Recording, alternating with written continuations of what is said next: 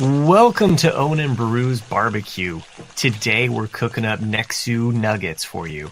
That's right. I'm joined by my good host, Nick. Consistent host. My consistent host, Nick. My name's Matt. And today we are back talking about Bad Batch, the show we love to love. I don't know. I don't have a saying. The show that we're watching right now, I mean, it's Star Wars, and we're getting new Star Wars material. So we're going to dissect it and jump into episode 2. So spoilers ahead for Bad Batch, episode 2, Cut and Run. Yeah.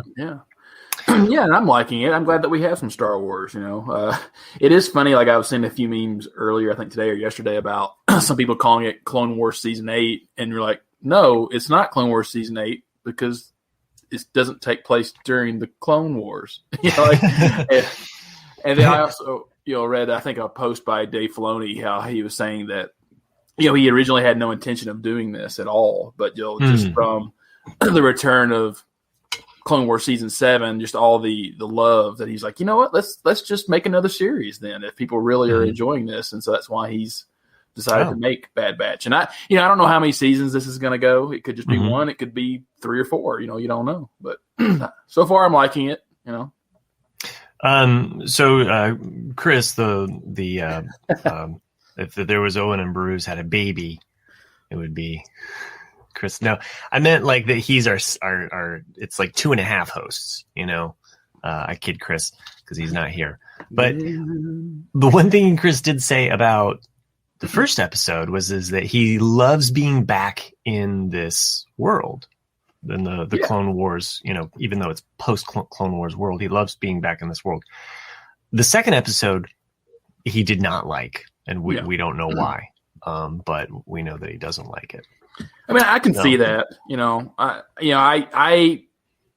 didn't hate it. That's for sure. But, I think it added some really good points that were necessary. But as an overall plot, it was fairly straightforward and predictable. You're like, okay, I get what's going to happen in this episode. But I didn't hate it. So I mean, for being back in the Clone Wars world, we're getting a clone, a deep cut clone, and what has happened to his life. Specifically, his name is Cut. So, Cut and Run. I mean, that's pretty apropos, or there's a little meaning there, I guess, in the title and the fact that it relates to this clone that they meet, Cut Loriq or Loriq. Yeah, he takes Sue's last name when they got married. So I don't. Oh, okay, that makes sense. So, and by the way, I mean, I don't want to ogle Sue, but she looked really great when we saw her in Clone Wars. All Twi'leks do. It's just the nature of, I guess. Nick, you're looking around like, I don't know if I really want to say this on. Yeah, exactly. Let's just it's because I'm thinking about things that we've said before. Like it's always the Twi'leks. Always the Twi'leks that become dancers. Yeah. But they've both settled down and found a nice kind of family life together. So, and I thought this was actually a good setup for, if you think of this as like, we had the movie, we had the Big Mac and the full meal deal or the Happy Meal, like that was the movie. This is kind of that episode afterwards where you're processing. This is a processing episode where not only is the Bad Batch like, what are we going to do with this kid, but also Omega, because she calls herself Omega, as opposed to Omega. Yeah. I think, it makes sense. Like it's kind of Meg, but like it is like Omega. But I think it's the New Zealand accent. If I coming through there. That's actually, I think when people find her annoying, I think that's what it is, because the New Zealand accent is either a love or hate thing. It's not charming like the Australian accent is. It's just this high pitch kind of, especially when she turns around, she's like, I can't do her accent. They're like, I think it's a good plan, Tick. You're like, oh my God. Like, oh yeah. She says tech like teak, teak. Yeah. Teak. It's a weird EI kind of sound, and not like my last name. But I always liked Kiwi accents. I always thought that they sounded a little bit more,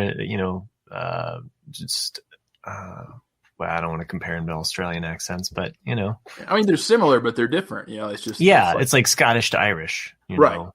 Yeah. I mean, if there's a comparison to be made, but we're not here to talk about accents or nationalities or races.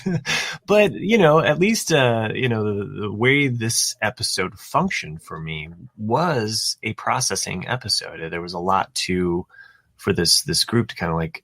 I mean, I felt like they got some important information when they found out about Rex. Mm-hmm. You know. Where is mine? And then we also get like the specifically like the first mention of the chip, right? So there's some important information that's being, you know, processed here, and you know, I'm along for the ride. So you know, I think that it's unique in the fact that this episode was 30 minutes. Yeah, I don't think it was like 28 or 27. It was really short. Yeah, well. But I mean, in comparison to like Clone War episodes, where Clone War episodes were designed for TV, they were a 22-minute, like, bam, that's what you get, you know, no more nor less, you know. And where this, because we're on Disney Plus now, we get the streaming aspect of like The Mandalorian, where it's like, sometimes it's going to be 20 minutes, sometimes it's going to be 40, you know. And I'm fine with that if you're giving me a deeper, richer emotion from these characters and what they're going through. Now, plot-wise, there are some simple things that happen here. Some simple, like, oh no, we called the Empire to pick up the, you know, like the setup of the action. First off, I just want to say, like I told you in the chat, I was just happy I was right. So for anyone who didn't listen to the last episode, which was really short for us, when they said that they were going to go to sector whatever it was, you know, I knew that was only Seleucami, which is the planet, and we'd only seen this planet one time in the Clone Wars, which is where we saw the deserter. And I was like, okay, because I was like, oh, it has to be, you know, because most people would think, oh, it's gonna be Rex. That's his friend he knows, you know. And then I was like, no, it can't be Rex. I was like, it has to be somebody else. And then sure enough, when they showed up, and then he actually mentions, like, who's his friend of yours? Well, he's kind of a deserter, you know. I'm like, right. You know, like, yeah, no, I was. I liked that too, because I mean, even in our brief discussion about things, you know, we kind of dropped some big heavy ideas as far as like, I don't know, it maybe just kind of like some main talking points of that first episode, because we did really rush through like a 70-minute full meal, you know, where that first episode had. I think we got through the majority of it. I mean, there's some like little Easter eggs that we didn't point out, like that you had said, like the whole, like, you know, he's more machine now, you know, and all that. Like, I was like, there's a lot nice little call outs in the last episode that you either picked up on or you didn't. You know? Yeah. Which is always Star Wars. It's like, you know, like there's a couple in this episode that, like, if you blink, you'll miss it, you know, which we can get to if you want. Sure. Yeah. I mean, we're not doing a recap. I just, you know, I know, Nick, you write down notes, which is great. I write down a few notes. But if I try to recap, I can't go back there. Well, the main one from this episode that I picked up on was once Echo and Tech are in the ship and they're trying to, you know, encrypt the chain codes, and the rest of the crew comes into town, you'll blink and you miss it. But as they're walking up, Wrecker has like a thing on his shoulder, and he bumps his head directly on a beam and then falls back, just like in episode 4. That's that cut scene. And it's like, so if you blink, you'll miss it. But that's what they're doing. It's like a little episode 4 kind of tribute. Yeah. And, I thought that was cute. I was like, look at that. But, well, and I think last time we podcasted, we didn't even talk about the Lego set that was announced either, did we? No, we didn't. We did not. No, which privately. I think privately we were also annoyed with Lego and the fact that they offered this really great, like, if you're a VIP, you get double points, you know, double VIP points for Star Wars, anything Star Wars that you bought basically from May 1st to May 5th. Conveniently, they announced this new set that you can pre-order for $100. Actually, make that $99.99. But you can pre-order it on the 6th, and it was such a Revenge of the 6th kind of crappy move that it was kind of like, Really? Because like as Star Wars fans, like we would have dropped some change on this, and I did, and you did. Yeah.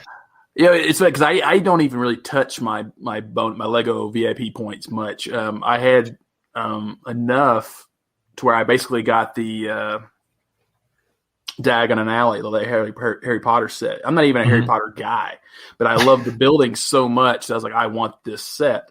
And, I basically got it for free because I had so many built up that I was like, oh, cool. Oh, wow. But, I mean, it's me because I've been a VIP for so long. I was like, okay, I'll use them for something because I didn't want to drop $400 on this set. I was like, you know what? I'll just let Lego buy it for me. Even though it's technically my money, but it's just points that have been built up. I'm saving mine for a New Zealand trip. Oh, your Lego points? Yeah. Yeah. What were we saying? Oh, but the ship though. Actually, I love that this. I had seen pictures before they made the announcement this was going to be released. I like the ship a lot. The only thing I was disappointed with was that I did not like that they made Crosshair his Imperial armor. Like I felt that the first set of the Bad Batch should be them all still being the Bad Batch, Right. Like, so he needs to be in his white helmet with the big circle for his scope, I was like, but he's not. He's in all dark black Imperial, and I'm like, oh, so you've already divided them from the first set to go. So it's like, so I doubt we'll ever get a Clone Wars era Crosshair now. Yeah, that sucks. Yeah, So, okay, yeah, that's too bad. I understand what they were also doing with this set too. They didn't want to like reveal the Sol Omega character, But so she's not in that set though. She's not in that set, and it's funny because they have all of the main Bad Batch and then a Gonk droid. And then in this episode we actually see Wrecker using the Gonk droid as like a weightlifting, like just I'm like, oh, okay, yeah. So, I mean. It's cool. I feel like speeder bikes are like the Star Wars Lego. Like, here, kid, have something. We need to justify the expense here, so we're gonna throw in a couple of little whatever. Yeah, so you get two. I have so many of those speeder bikes that you never use because they're just really kind of a waste of space. You're just kind of like, ugh. Right. But, I feel like it's Lego. It's Star Wars Lego fodder. They just here's another speeder bike. Great. It's not in the episode at all. You've never seen them use them, but sure, we'll throw it in there. And by the way, they've never made like a really nice speeder bike. No. Yeah, I could see them doing like a full model like they did with the A-Wing recently. Yeah, even the one they released with the 501st set that came out, I don't know, 3-4 months ago. Maybe it's in January. No, it was before that. It was probably like late last year. Like he comes with the Walker, then like 5 clone troopers, 501st clone troopers, and then this little speeder bike, and you're like, I don't want the speeder bike. But it's just basically just a log. It's just a straight stick with a couple little things on the side, and you're like, okay, and some handlebars. And you're like, this is they're just not. They don't impress me at all. Yeah. There was the you were talking about the Clone War pack that came out recently, right? Yeah, it's just the 501st. It comes with one jump trooper. And then 4 regular 501st troopers. Yeah, and then one robot that they can kill, or something like that. 2 robots. Okay, yeah. My son got that recently too, and that same speeder bike is the speeder bike. The same one, yeah, the same one. And I'm just I think the colors are different because like it's blue to show the 501st, but I think this one's probably like green or something. But or gray, yeah. Or gray, no, there's 2. There's 2 speeder bikes. There's 2, yeah. So anyway, I know we've derailed talking Legos, but we do enjoy some Star Wars Legos, and just disappointed that one came out really kind of on the heels. And like you said, we're not going to get like an actual Crosshair figure. Now, my only thought, season wide, and it looks like we're going to get several episodes this season. Is there a larger story arc where we see them get Crosshair back? I think so. So I didn't want to. Well, I guess we can go ahead. So my theory from this episode, there's a couple of little things that are interesting in this episode. Like you could almost call them red herrings, but I think they're more clues than red herrings. I think because I think the season finale of this one is going to be the Battle of Kamino. We're going to get that at some point. Okay. And right now we know from these first 2 episodes that all the clones are still under the influence of this chip. So how are they going to get rid of it? And I think Omega in this episode taking off her little headpiece Mm-hmm. I think that was a real serious clue that they're hoping, like, oh, we showed you this, but we're going to forget about it for a while. I think that headpiece, it's the same as like that little line that that Cut said, like, you know, because Hunter's like, oh, she's just a defective clone like the rest of us. He's like, no, like they don't make them unless there's an importance here, you know? Yeah. And I think that's why, her name, like we won't know why she's called Omega. We just know that Omega traditionally means the end of the line. Yeah, the last, So I think that she was designed either she's, like we've talked about before, she's either a culmination of all of their special abilities, or the ultimate theory is that she's a Palpatine clone that has Force abilities, but she's not evil, you know, because she hasn't been trained to be evil. Right. But I think the headpiece could be like a command or something inside of it that will trigger all the chips to malfunction and then go away. And I think that's when and I think in that act, all the clones will wake up, especially on Kamino, you know, and they're like, this is our home. We're going to defend it, because at this point, the Empire has chosen to wipe out Kamino because they don't want any kind of clones or any kind of troops to be built that can oppose them. So I think that's going to be it would be interesting. I mean, big picture wise, if we see the transition within the Empire to go from clones in order for whatever reason, you know, they start like, you know, well, I mean, they start the academy, you know, and Tarkin already said it, you know, in the first episode that, you know, we can get conscripts for half the price. Right. So yeah, I mean, that would be an interesting, I mean, they've already set up in this episode another big, huge, like the chain code.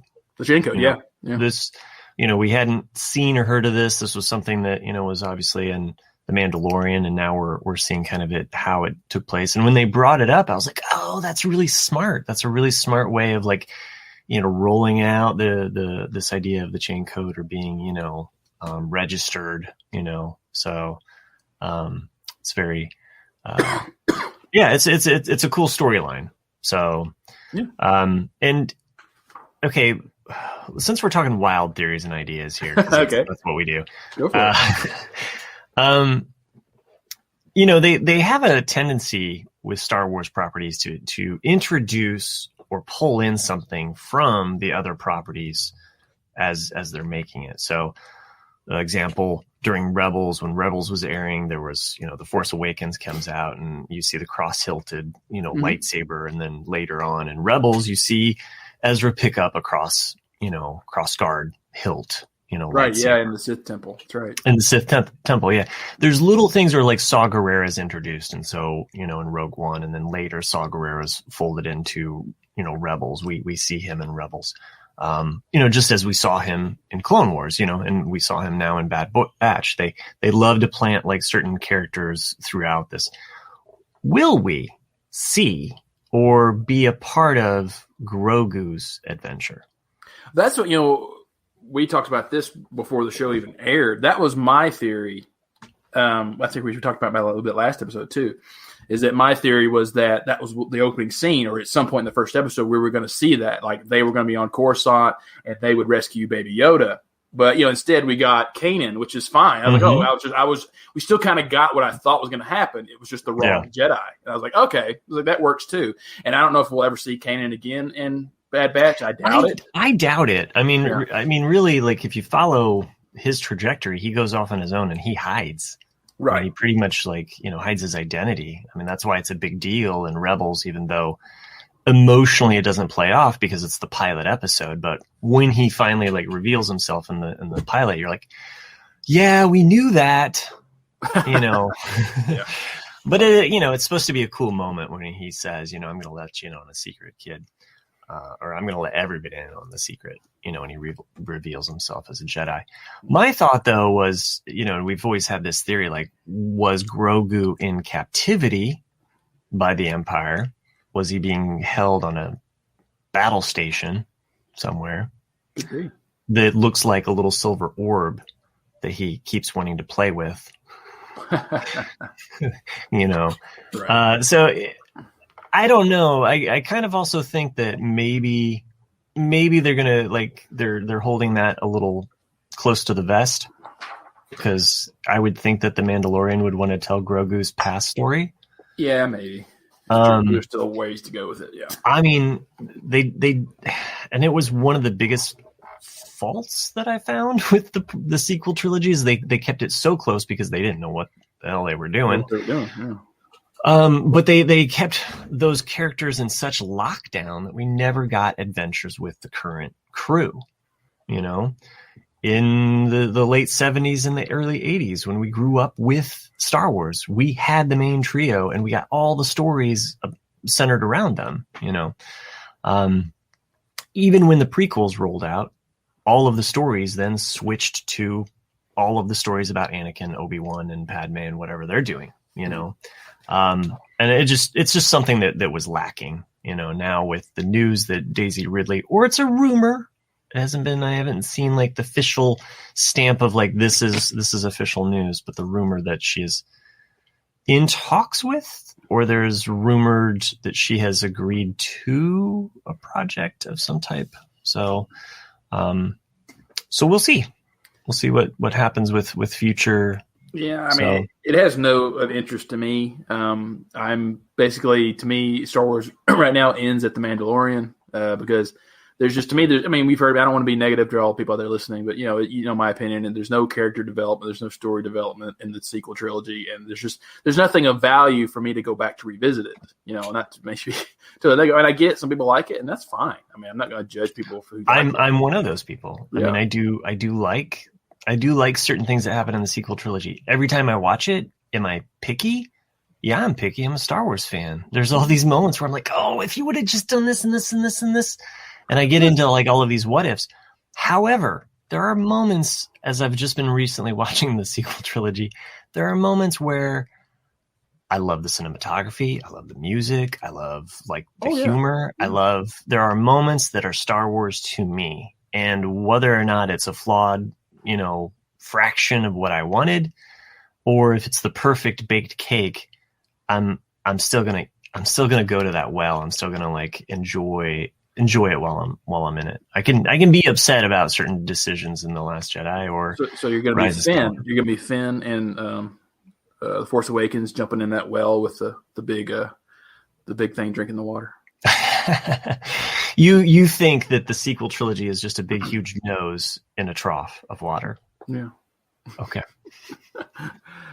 But anyway, so not to get too much on the sequel trilogy, but let me think if I can find anything here. Like, so like the only issue I had with this episode at all was a very small plot point that I felt they had done a certain sequence and then decided to cut it in half and then place the second half at a later part in the episode. And it's when they arrive at Cut's house and Omega goes with the little girls and she goes out to play, and they play for a little bit, and then it cuts, and then you see Hunter and Cut in town to discover about the chain codes and them putting codes on the spacecraft. And then they cut back and it's back to the kids playing again. But then Hunter and Cut are back in the house again. You're like, wait a minute, how did they go to town and get back? And like, to me, it just felt a little out of place. I'll have to watch for that next time. Other than that, I mean, it's fine. Like I said, it's one of those things you just I pick up on. Like, that doesn't quite work, but it's fine. Mm-hmm. Like, it was just one of those things I think they're like, oh, it works better as a flow of the episode if we do it like this, which I agree it does. But it's just, it kind of felt a little out of place with those characters. But that's just me. No, it's fair. I don't know if this episode is one of those that like, oh, I want to watch it again for the action, because like I said, like, and maybe that's the part that Chris finds most disappointing about it.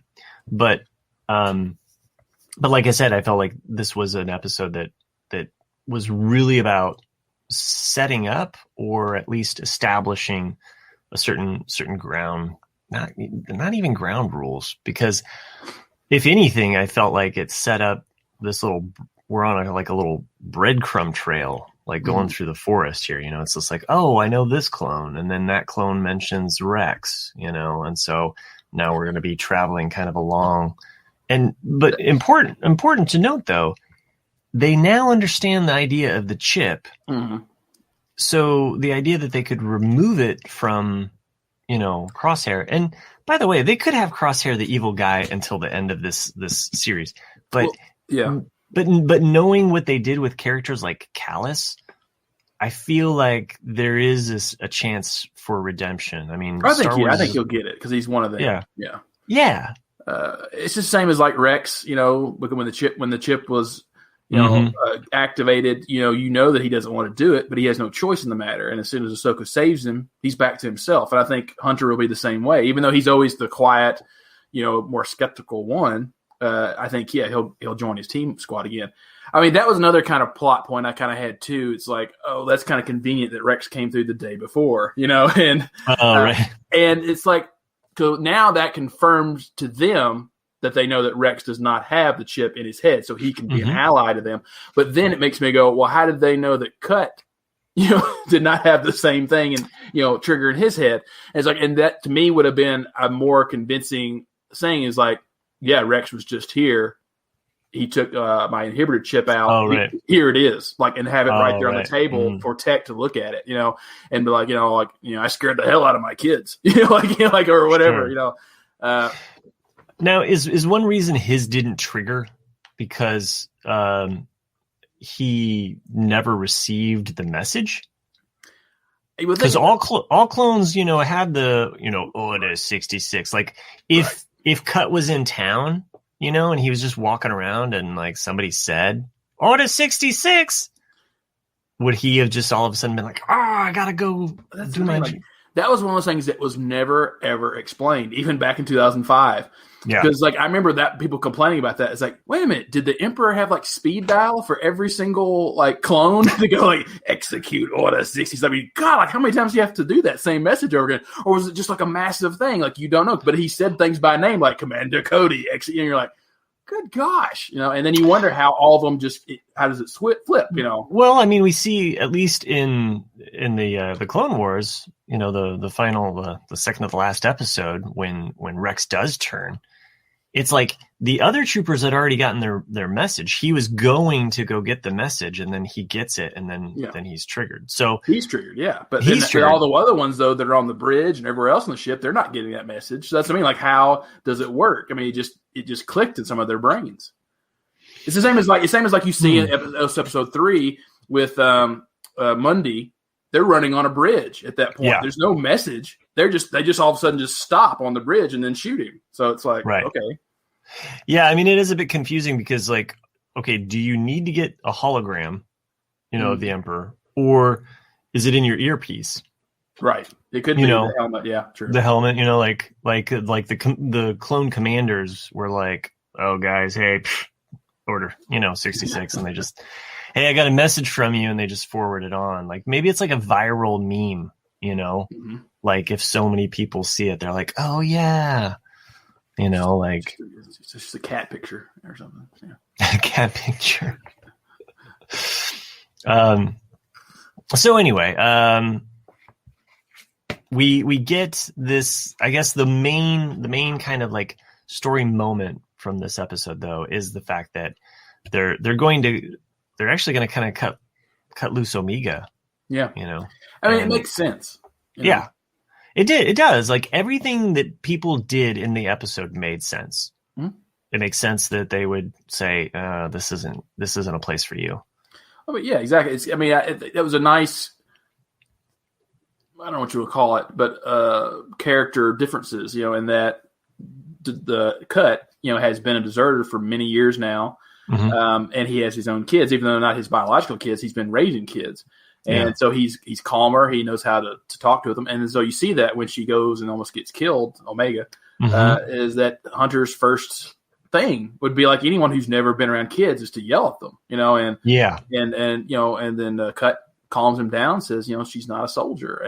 And so the thing is that give him credit or give the writers credit, is that he realizes he's not a father. He doesn't know how to deal with it, so he does what he thinks is right, which is really what's right to do. But, we'll see where that goes because she doesn't clearly want to go because she feels that she has a purpose to be with them. Well, yeah. And I mean, I thought that was the heartfelt moment though for me was when she's basically like, no, I chose to come with you guys. It's kind of like, no, I didn't choose to go with that guy, and so Yeah, I mean, obviously we're going to get more purpose out of her, and there has to be that resolution to say, like, okay, she's part of the gang now, and they can move forward with their missions. But I also feel that they're setting up how she's not like an action warrior kind of person. Right. Mm-hmm. Like we get that scene with the Nexu where it's like clearly she's frozen with fear. Oh, yeah. So if it would have been, a sequel episode, she just would have put her hand up and it would have dropped dead. I got this. You don't have to like crap on the sequel trilogy. There are some really great moments. I did like though that the creature was the same one for episode 2. In the arena. The one that slashed Padme's back. If we didn't have that, Midriffs wouldn't have been popular in the aughts. It would have taken a while. Anyway, other thoughts of where we might see them in the next episode? Are they going to track down Rex? That's a good bet. Because we've seen from the previews that he is at least in this season, and they don't know where he's going because neither did Cut. So I don't think we'll see him in the next episode. Okay. Because I think it's wide open because they just kind of ran and we don't know where they're going. But now, do you fear that this is getting too close to Mandalorian territory? You got a dad that's like that's not a dad, a soldier. Basically. Well, I said that. I think I said that last episode, didn't I? Or I told you in private. I'm not sure what I said, but that was. I've done way too much drugs since then. That was my fear, though, is that I don't want this to be like Mandalorian again. It's like, you have someone young and naive and innocent, and you have this person trying to protect them, and it's like. I guess that's why I don't want her to be force sensitive. I don't mind if she has like all the powers of the clones, but I kind of like the idea that there's not a force user involved. I think it's always the hard part of Star Wars shows to sell us on something where there's not a force user. There's no force user in Resistance. And by the way, in my Galactic rewatch with my kids, that is where we are at right now. Resistance season 2. Star Wars Resistance, you've never watched it. Never watched it. Yeah. Never watched it. I don't know what to say about it. Well, I mean, I've heard you crap on it. So I was if Matt craps on it, then I know I'm not going to like it. But it's the whole that never made sense to me anyway. That how Disney has renamed the eras to where now it's like, Republic, Civil War, and Resistance, or whatever it's called, and it's like, why would you need Rebellion? That's what it is. It's Republic, Rebellion, Resistance. So I'm like, why would you go from Rebellion to Resistance? Like, wouldn't it be like, it was, like Old Republic, Civil War, and New Republic, because it still is a New Republic era, even though it's Resistance within the New Republic. I don't think they call it Resistance era. They just call it New Republic. No, I mean, the things I've seen from Disney when they're showing timelines, it says Resistance now. But anyway, we don't have to argue over a small little point like that. Oh, no, we're going to get into it, man. No, I had it in the beginning of the High Republic comics, always have the little right thing. Yeah, the old, So, which is, I've been reading the High Republic. Is that what it is? Yeah, the book. Yeah. Yeah. Well, there's a comic. There's a lot of High Republic stuff, but there's a comic, which I'm enjoying, and that's ongoing. I thought that it was going to be a short mini series or something like that, but it appears to be ongoing. So, what? Oh, okay.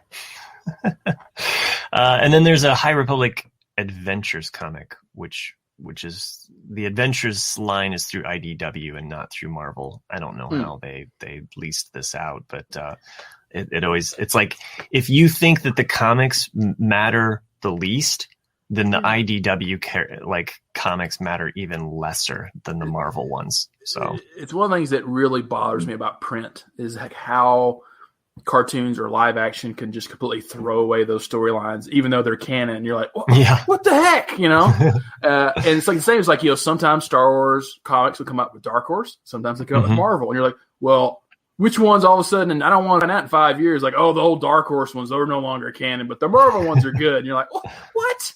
I saw an article the other day that just said something about, like, is the idea of canon ruining stories. And, I can see that as a Star Wars fan, because we do this thing like, oh, this is truth and this isn't truth. And yet, as I read all of the stories, I just enjoy them.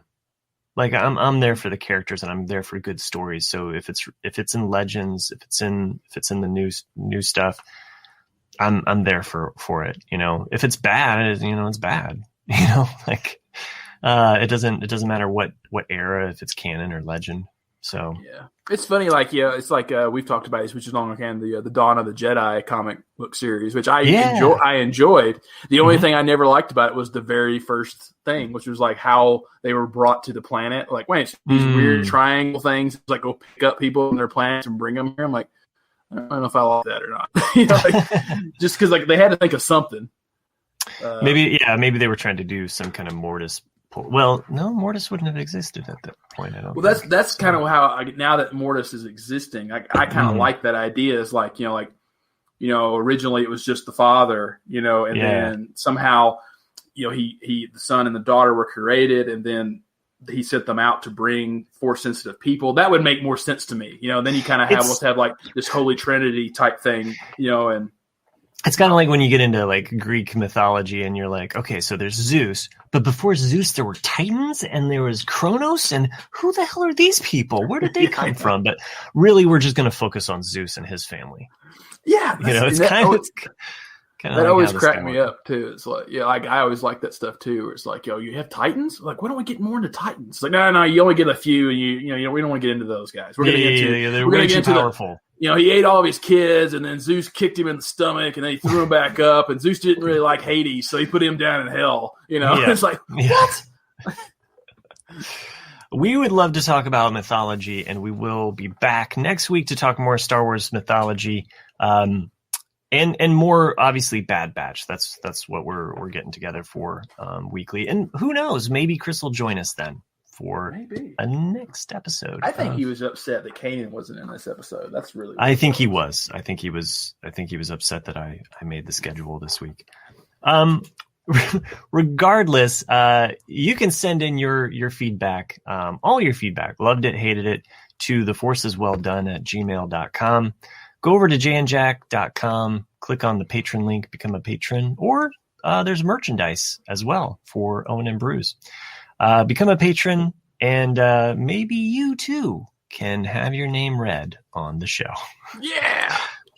A few patrons that make this show possible, and I tried to make them episode-related names here. We have Twi'lek Tack.